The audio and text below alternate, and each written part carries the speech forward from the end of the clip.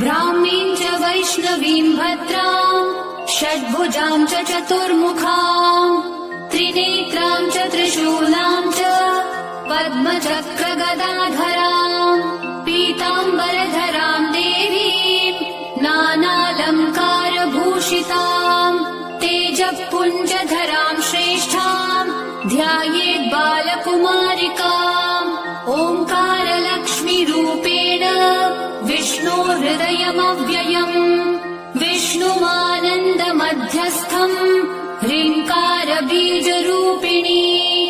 ॐ क्लीं अमृतानन्दभद्रे सत्य आनन्ददायिनी ॐ श्रीं दैत्यभक्षरदां शक्तिमालिनि शत्रुमर्दिनी तेजःप्रकाशिनी देवी